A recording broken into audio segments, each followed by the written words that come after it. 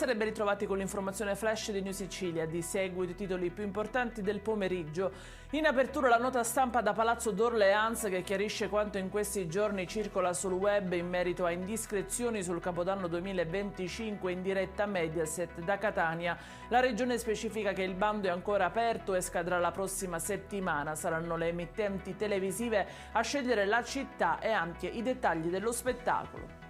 Un'edizione da record, quella invece del festino di Santa Rosalia della 14ª edizione che si colloca tra i grandi eventi internazionali del 2024. L'edizione di quest'anno è stata promossa dal Comune di Palermo e sostenuta dal governo siciliano con un contributo di 500.000 euro.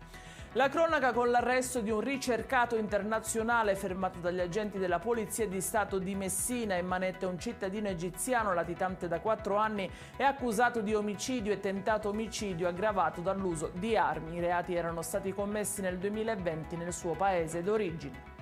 Lieto fine per le famiglie di 2 ragazzine di Vittoria nel Ragusano, fuggite per raggiungere i loro fidanzati a 120 km da casa. La Polizia di Stato le ha infatti rintracciate ad Adrano, nel Catanese.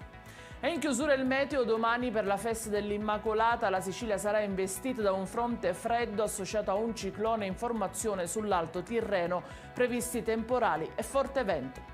Ed è tutto per questa edizione. Come sempre vi ricordo che i dettagli su queste notizie li trovate sul nostro sito www.newsicilia.it e sui nostri canali social.